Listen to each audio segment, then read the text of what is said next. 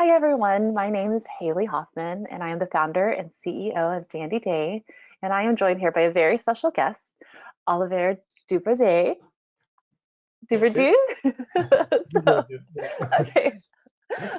We practiced before, but maybe not enough. So, um, but I'm sure everybody will forgive me in my American accent, and I wish I spoke French, but I don't. But Oliver, you're joining us from France and from the Responsible Mica Initiative, also known as RMI. So thank you so much for being here with us today. Well, thanks for having me, and thanks for giving us the opportunity to present the initiative. Yeah, absolutely. Well, we met, I guess it was last year, the end of last year, and I happened upon your organization, and it was really, really incredible. Learning about the initiatives of RMI, and this year we became a partner, a sponsorship partner of um, of the Responsible Mica Initiative, as Dandi Day really is all about sustainability education and ingredient highlights. So it really fits um, into what we want to achieve in the beauty community and the cosmetics industry. And so I'd love for you to share a little bit more about RMI, like what it is, and the inspiration behind starting the organization. Sure, sure, and thanks for the introduction. Well, in fact, the Responsible Mica Initiative is an initiative which has been created like 4 years ago now, end of Okay. 2016, beginning of 2017.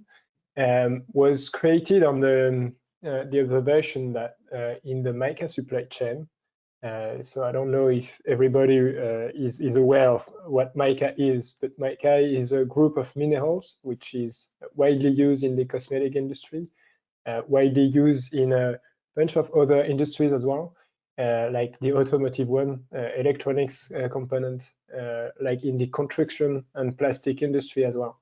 And in this mica supply chain, which is global, a lot of mica is coming from India. And this share of mica coming from India is coming from mines and collection sites, where sometimes you have children working in well, mines and collection sites. And so, or maybe detail later the reasons why there are children in mines, but basically companies became aware of the issue beginning of 2000s, and they tried first to solve the issue on their own individually. They quite quickly realized that it was impossible to solve this issue, which is a systemic one, Mm.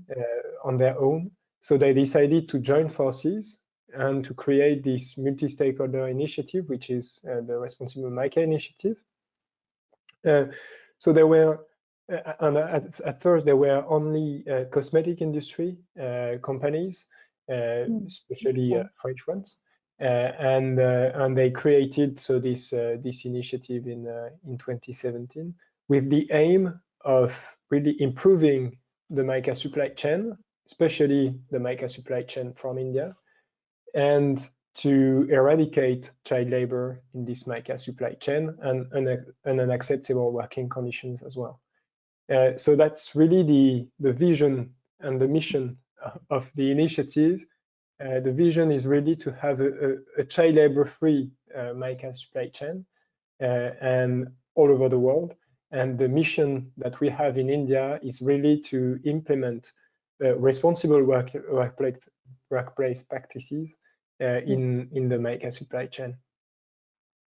So yeah, and so at the beginning, at the start, we had only actors of the cosmetic industry, and now we widened the base of our membership, including now automotive players, including paints and coatings industry actors, uh, including industrial application players as well.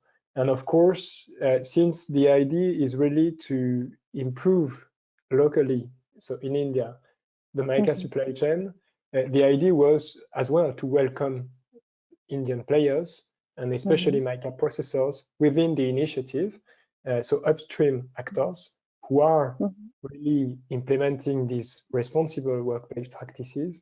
So we have as well as members mica processors.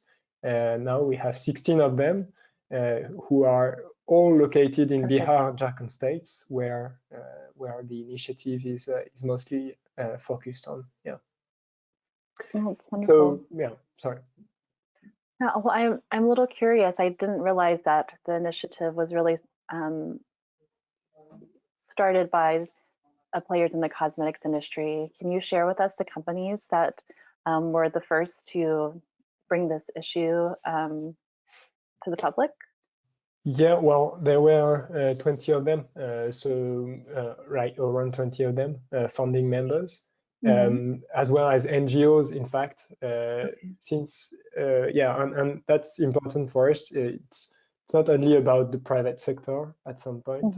It's really about having all the involved stakeholders around the same table and having them discuss about like potential collective solutions and to find these collective solutions and to implement them afterwards.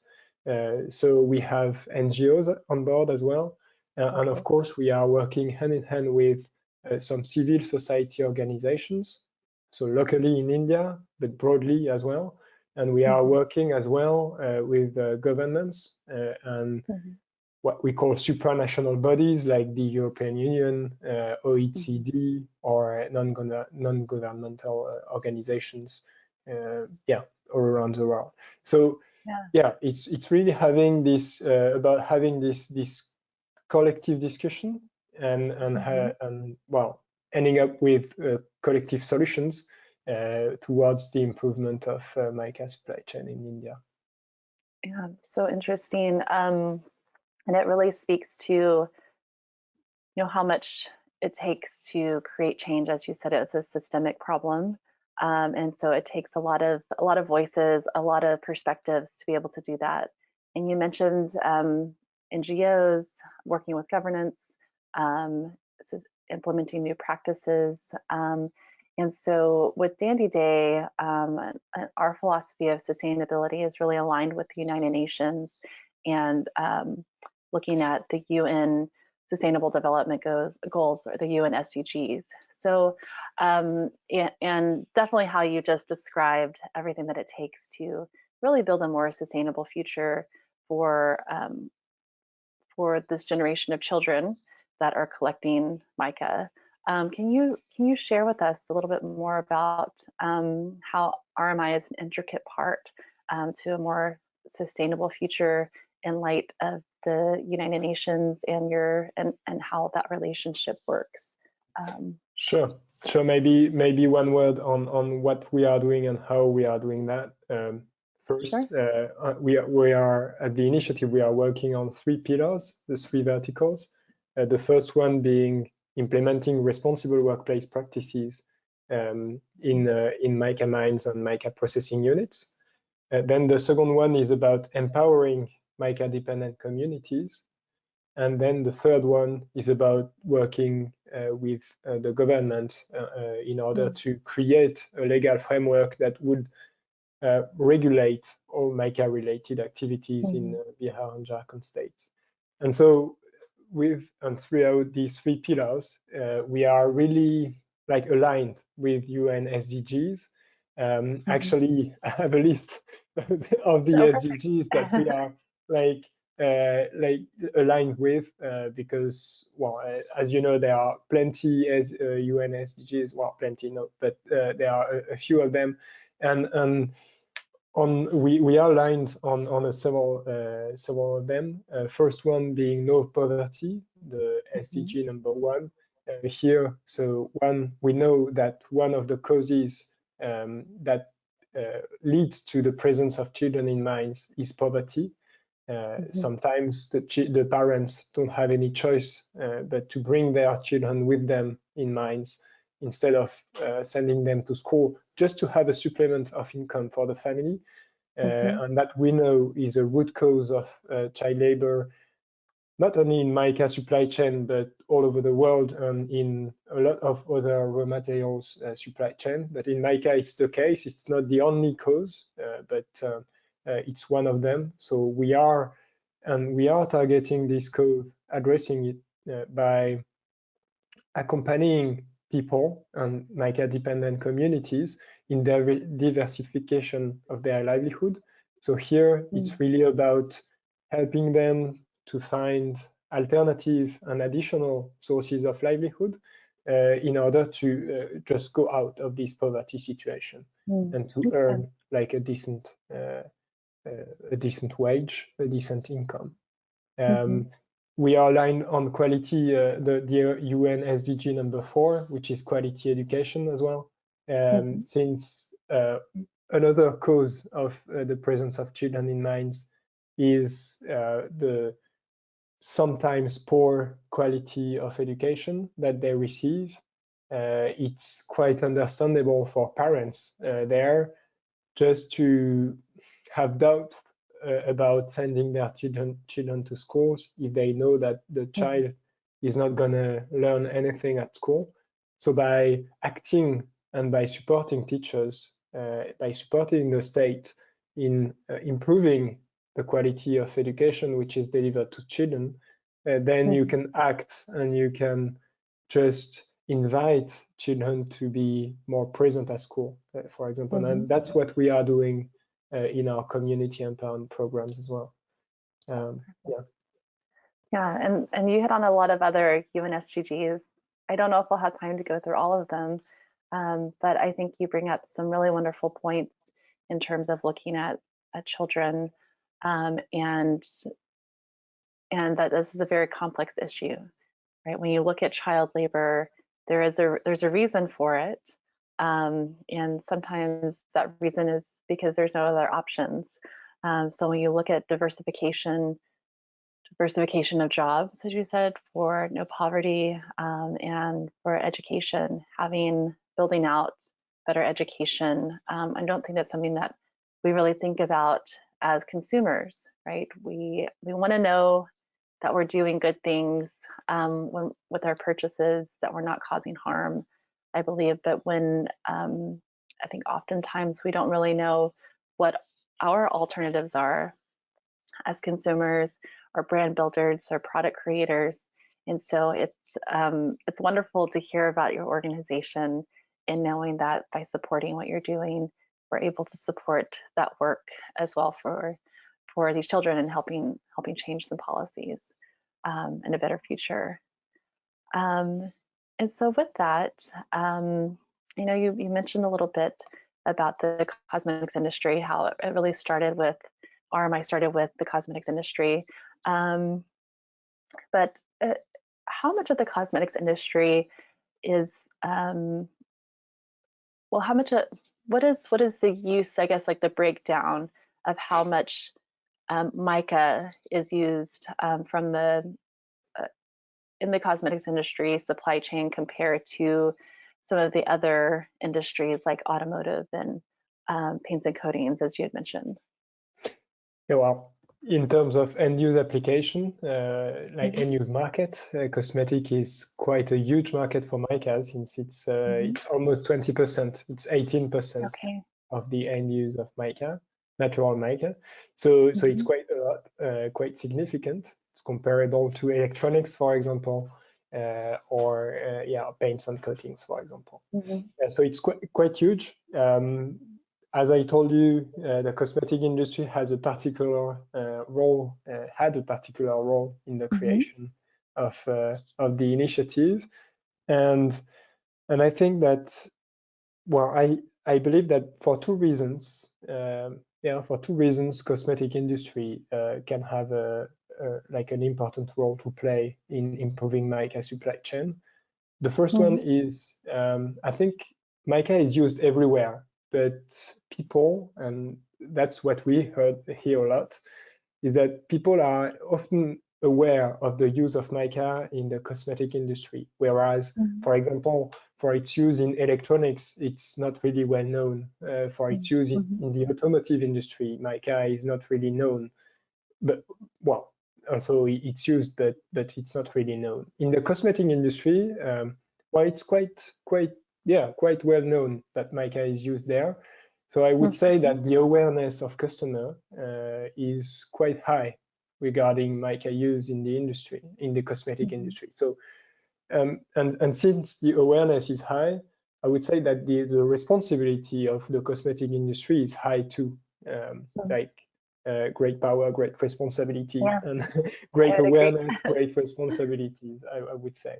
And then the second reason is that the cosmetic industry is usually an industry which is close to its customers, and by having this close relationship with their customers, they have to be up to their expectation, industry players, and so industry players have to behave and to act toward the improvement of the supply chains at some point. If they are aware of an issue, customers will ask them and rightly ask them to act towards improvement, and they are doing that. So yeah.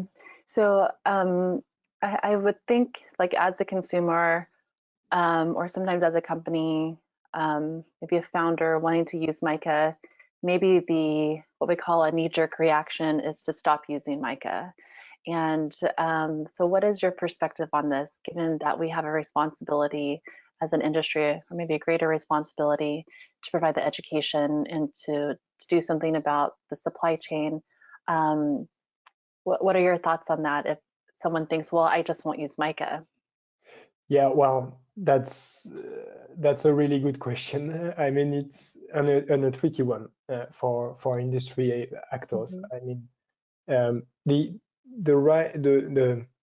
our position is absolutely not to leave India and not to abandon mica, because at some point, if you leave India or if you abandon mica in your formulations, you will leave these populations without any revenue. They don't have much to live now, and they will have nothing if we just stop sourcing mica from there. So I would say that the priority is to stay in India, but to change in India, because definitely there are some issues related to mica collection. And so the choice that we are asking, or that we are inviting industry actors to make, is a bold one. It's really to say, okay, we are a company which is sourcing mica from India.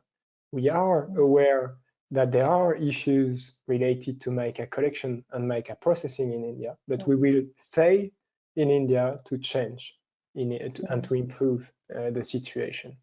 If we leave, we are aware that it will lead to the impoverishment of these impoverishment of these populations.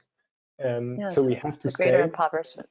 Exactly. We have to stay in order to change and to improve. Well, I think that comes back to, I mean, not only the children's education, but the government there in India that you are working with and providing new ways of doing things. And so we're really all working together, right? Yeah, exactly. Which makes it very exciting that we're able to affect change together. And so I'm also curious, say for a company that wants to make some commitments to RMI, or to be able to have some documents for their formulations within their company, but also public facing. What would some of those documents look like? Would it just be a statement from a supplier saying that they belong to the RMI? Would it be an origin statement looking at where the mica is coming from? Do you have any suggestions on that? Yeah, sure. Maybe the first one is that, and I think it's important to recall it there, that the Responsible Mica Initiative, and being a member of the Responsible Mica Initiative, doesn't have the value of a certification doesn't mean that the mica that you are sourcing is like child labor free. We are not working as a certification body. maybe, yeah, because and then we are not asking for like such documents. We are more asking, and members are committing to act towards change.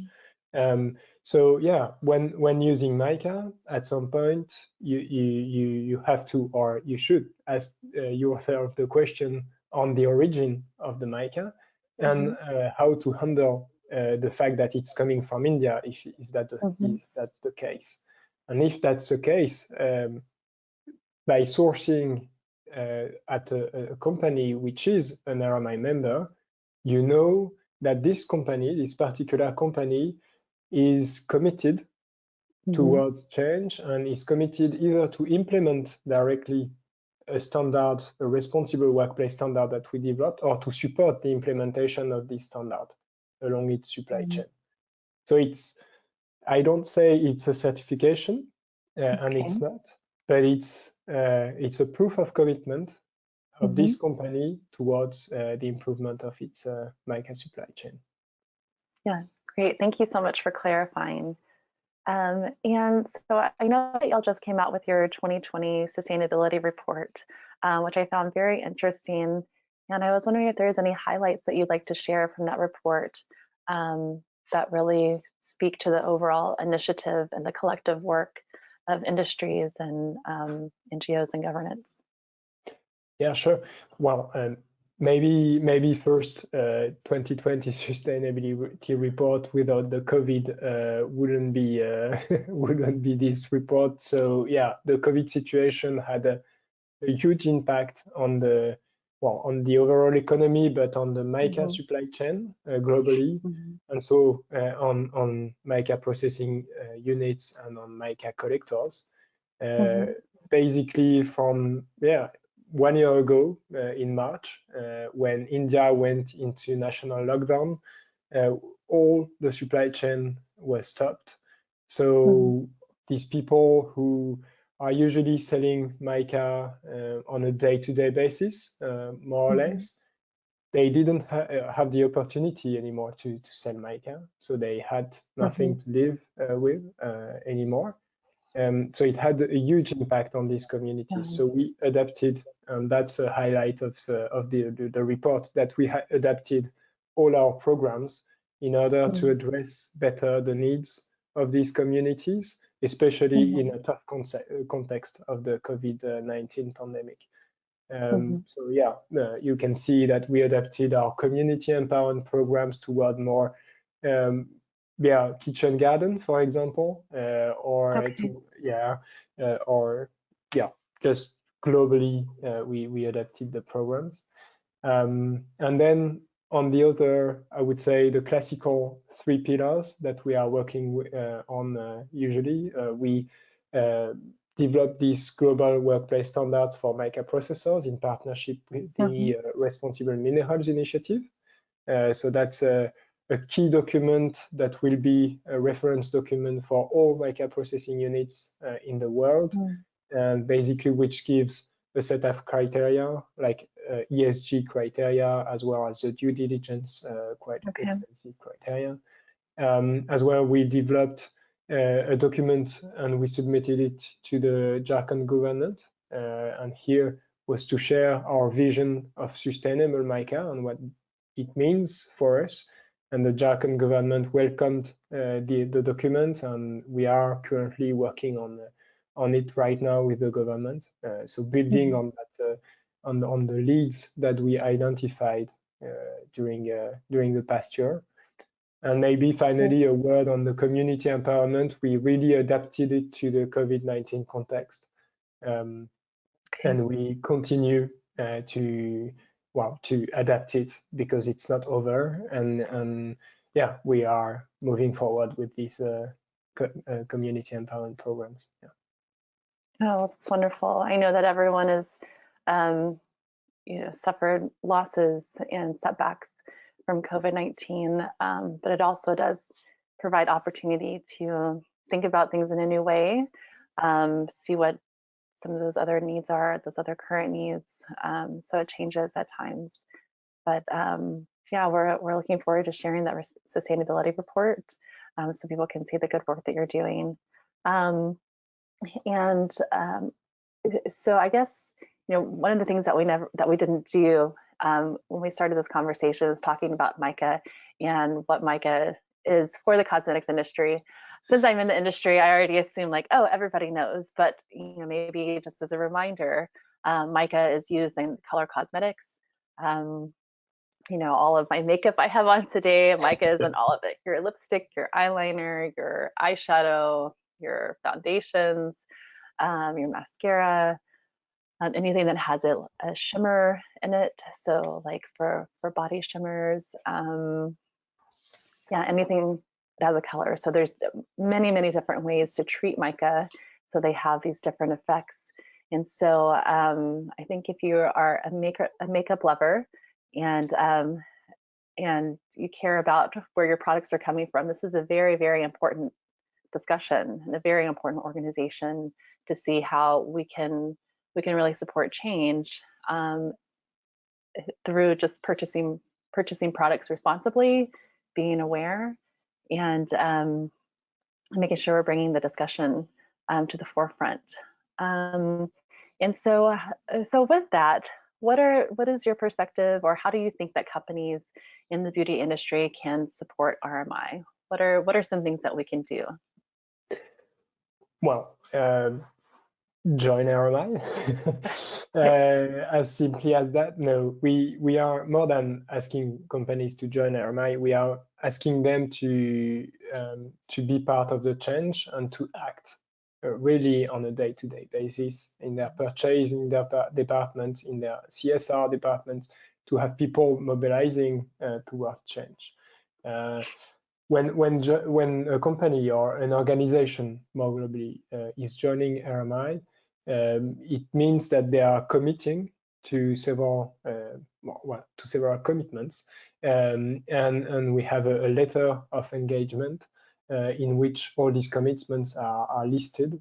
Among them, and I think the most important one, is to support or to implement the global MICA standard, responsible workplace practices along your MICA supply chain.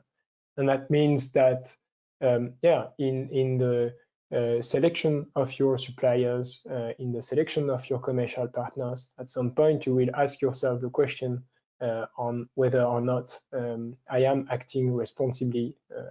And that's a key commitment that we are asking our members. And then we are asking our members to be transparent as well on their supply chain, transparent with us, the Responsible Mica Initiative Secretariat. We can act thanks to the information they are sharing with us, and then to act collectively towards solving this systemic issue, which is child labor in Mica dependent communities.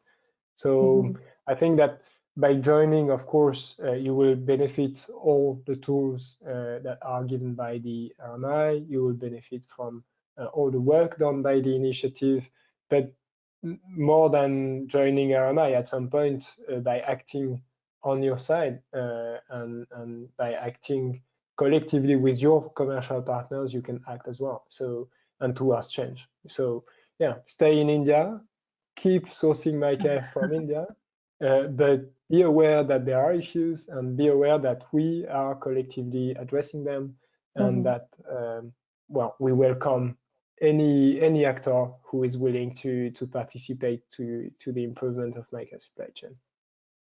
Well, thank you so much, Olivier. It's a very complex subject matter, but I think you explained it so eloquently and what we can do. And I think acceptance that there's a problem it can always help move things forward. I think just personally, professionally, and like globally in this type of problem. So accepting it and being able to move on with some solutions and in a positive and collective way. So I really appreciate all your time today. Is there anything else that you would like to share before we end our talk? No, just that, don't hesitate to contact us if you are at some point interested to know more first, and then to move forward together. Why not? But thanks, Hayley, for your time. Thanks to Dandi Day for being a member as well of the Responsible Mica Initiative. And yeah, thanks to collectively act and to enable this change together. Yeah, absolutely. Well, it's my pleasure, and we look forward to doing great work together, expanding the mission and the message and the initiative of RMI to get everybody on board. So it's been a pleasure. So thank you so much, and we'll have all the information available for the viewers to connect and learn more about RMI and how they can be involved. Great. Thanks, Okay. Hayley. Thank you. Make it a great day, everyone. Thanks for joining. Bye.